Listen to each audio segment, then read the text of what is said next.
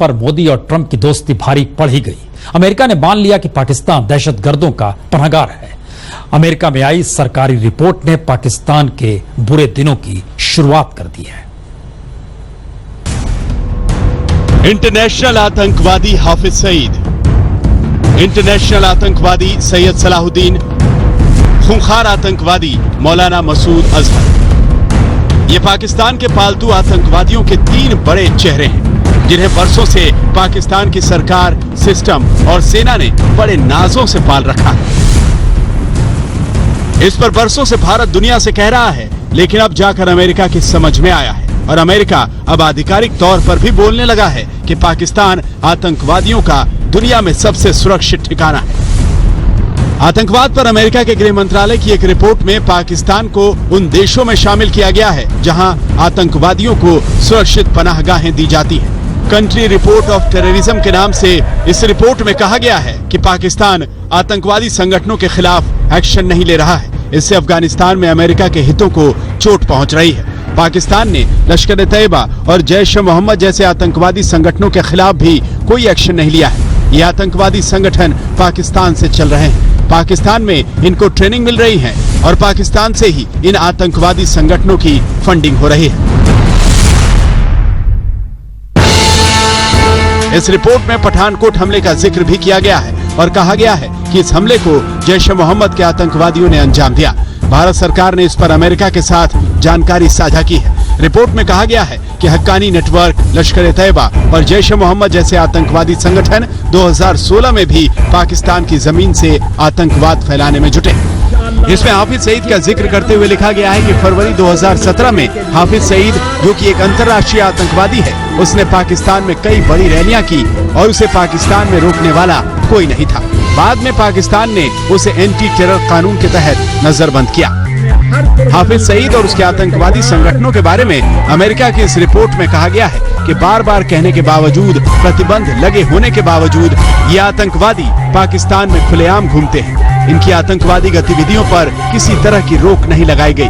Report में हाफिज सईद के आतंकवादी संगठन जमात-उद-दावा, लश्कर ए तैयबा से लेकर अल-कायदा, ISIS और जैश-ए-मोहम्मद, यहाँ तक कि दाऊद इब्राहिम की डी कंपनी का भी नाम है। रिपोर्ट में ये कहा गया है कि अमेरिका भारत के साथ मिलकर इन सभी आतंकवादी संगठन को ध्वस्त करने का काम करेगा, क्योंकि भारत इस इलाके में इन आतंकवादियों के साथ साथ ISIS और अल-कायदा के आतंकवादियों के खतरे से भी लड़ाई लड़ रहा है। गौरव सावंत, दिल्ली, आज तक। पाकिस्तान में आतंकवादी खुलेआम सम्मेलन कर रहे हैं। यह पहली बार नहीं हुआ है, लेकिन इस बार एक इंटरनेशनल आतंकवादी दूसरे इंटरनेशनल आतंकवादी को अवार्ड दे रहा है, और वो भी पाकिस्तान की राजधानी इस्लामाबाद में, जहां से पाकिस्तान की सरकार चलती है। हाफिज सईद और सैयद सलाहुद्दीन का कनेक्शन यह बता रहा है कि पाकिस्तान ने कैसे इन इंटरनेशनल आतंकवादियों को भारत के खिलाफ युद्ध छेड़ने के लिए खुला छोड़ रखा है।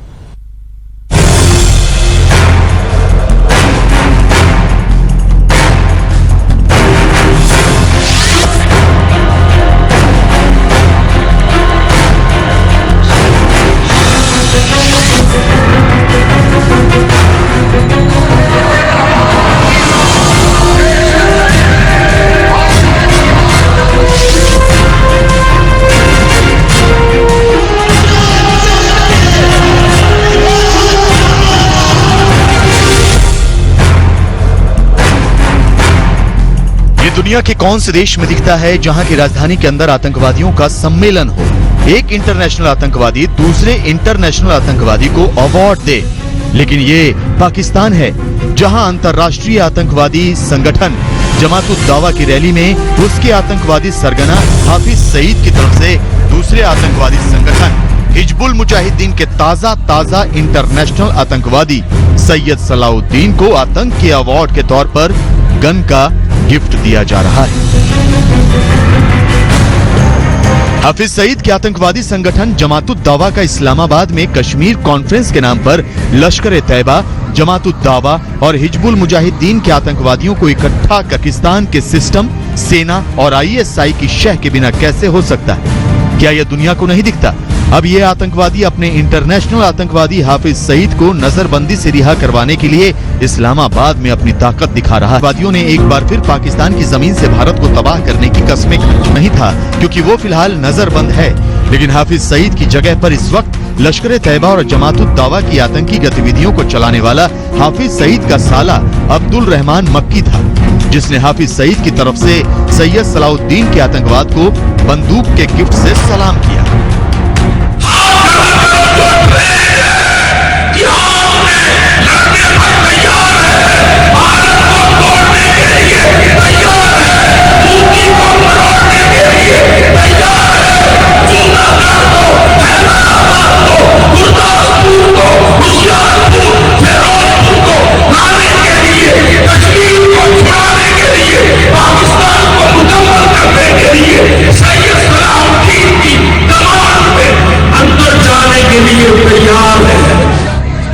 सिर्फ आतंकवादी ही नहीं, इस्लामाबाद में आतंकवादियों के इस सम्मेलन में पाकिस्तान के कई पार्टियों के नेता भी पहुंचे थे।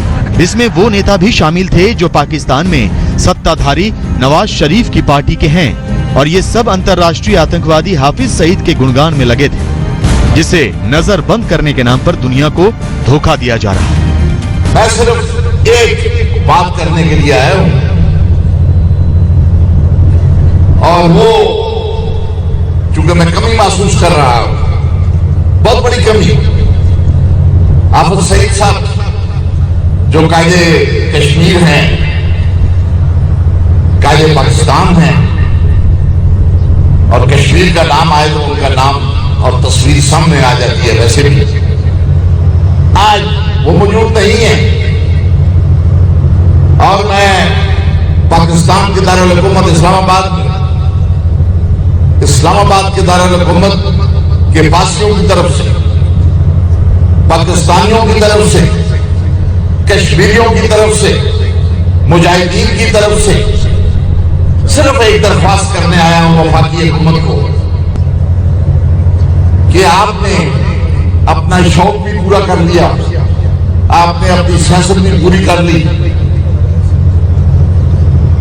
और वाशिंगटन और दिल्ली के कहने पर आपने हाफिज सईद साहब को काफी अरसे तक नजरबंद रख लिया। आज आपसे दरख्वास्त करते हैं कि 24 घंटे के अंदर अंदर हाफिज सईद साहब को रहा कर। ये तो हाल है पाकिस्तान का। जब पाकिस्तान का शौक और सियासत छूटेगी तो हाफिज सईद भी आज नहीं तो कल छूट ही जाएगा। फिर वो भी इन आतंकवादियों के सम्मेलन में पहले की तरह शामिल होगा, और दुनिया इसी तरह से इन इंटरनेशनल आतंकवादियों को पाकिस्तान की जमीन पर सम्मेलन करते देखते रहेगी, लेकिन करेगी कुछ नहीं। अनिल कुमार, दिल्ली, आज तक। और अब बात सैयद सलाउद्दीन की, जो पहले एक टीचर बना, फिर राजनीति का चस्का ऐसा चढ़ा कि जम्मू और कश्मीर विधानसभा में जाने का ख्वाब भी देखने लगा। चुनाव भी लड़ा, लेकिन जम्मू और कश्मीर के लोगों ने उसे हरा दिया।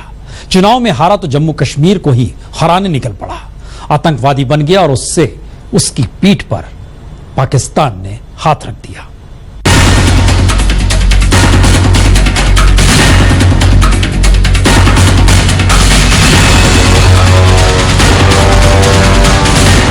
ये हिंदुस्तान का वो गद्दार है जिसे दुनिया अब अंतर्राष्ट्रीय आतंकवादी के रूप में जानती है। नाम है सैयद सलाउद्दीन।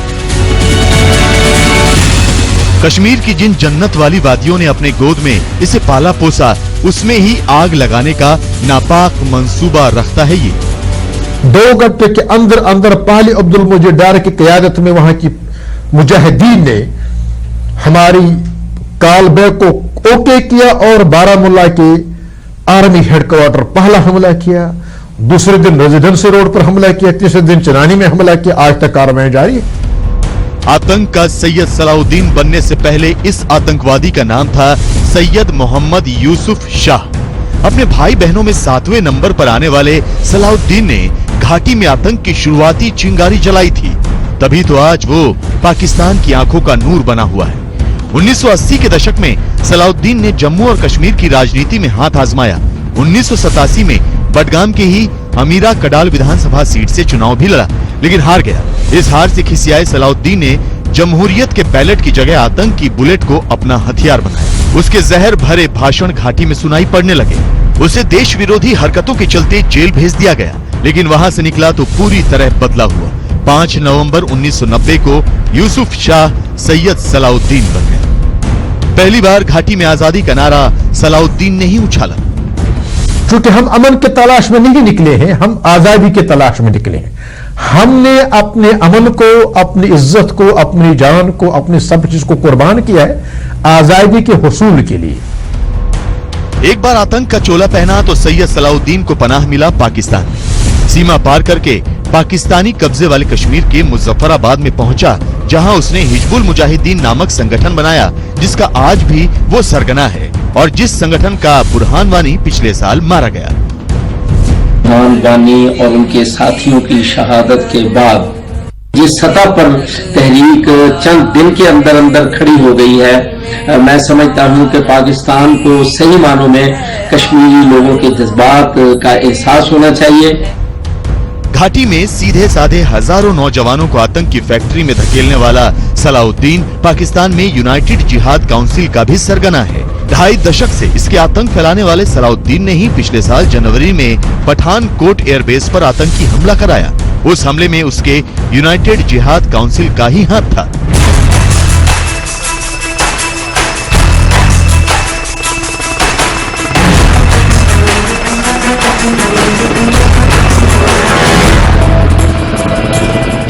सलाउद्दीन का असली ठिकाना तो मुजफ्फराबाद में ही है, लेकिन सियासत और फौज के अपने आकाओं तक, इस्लामाबाद तक उसकी सीधी पहुंच है। लेकिन वो दिन दूर नहीं जब हिजबुल का ये आतंकी सरगना जल्द ही हिंदुस्तानी कानून के शिकंजे में होगा। आज तक ब्यूरो। लेकिन अब सलाउद्दीन को कैसे बचा पाएगा पाकिस्तान? मुश्किल आएगी जरूर। पाकिस्तान जिस सैयद सलाउद्दीन को शिकंजे में लेना चाहता है, उस रास्ते को अमेरिका ने उसे अंतर्राष्ट्रीय आतंकवादी कहकर और आसान कर दिया है। सलाउद्दीन के अंतर्राष्ट्रीय आतंकवादी घोषित होने और पाकिस्तान को आतंकवादियों का पनाहगार बताने से दोनों का बचना आसान नहीं होगा। वॉशिंगटन में प्रधानमंत्री नरेंद्र मोदी और अमेरिकी राष्ट्रपति डोनाल्ड ट्रंप की मुलाकात से पहले ही अमेरिका ने हिजबुल मुजाहिदीन के आतंकी सरगना सैयद सलाहुद्दीन को अंतर्राष्ट्रीय आतंकवादी घोषित कर दिया। इससे पाकिस्तान भले चिल्लपो मचा रहा हो, लेकिन दुनिया को ये संकेत गया है कि जम्मू और कश्मीर में सलाहुद्दीन ही आतंक फैला रहा है। अमेरिका ने माना कि सलाहुद्दीन सिर्फ जम्मू और कश्मीर के लिए ही नहीं, बल्कि दुनिया के लिए खतरा है। अब सलाहुद्दीन की संपत्ति को जब्त करने का अधिकार मिल गया है। कश्मीर में अपनी मौजूदगी के लिए सलाहुद्दीन ने पश्चिमी देशों से जो उम्मीद रखी थी, वो उम्मीद अब टूट गई है। साथ ही आतंक के खिलाफ भारत की लड़ाई और मजबूत हो गई है। हालांकि पाकिस्तान ने सलाहुद्दीन के लिए अपनी दरिया दिली का पिटारा खोल दिया है, लेकिन इससे वो सलाहुद्दीन को बचा नहीं सकता। अलबत्ता उसकी मुसीबत जरूर पड़ सकती है। आज तक ब्यूरो।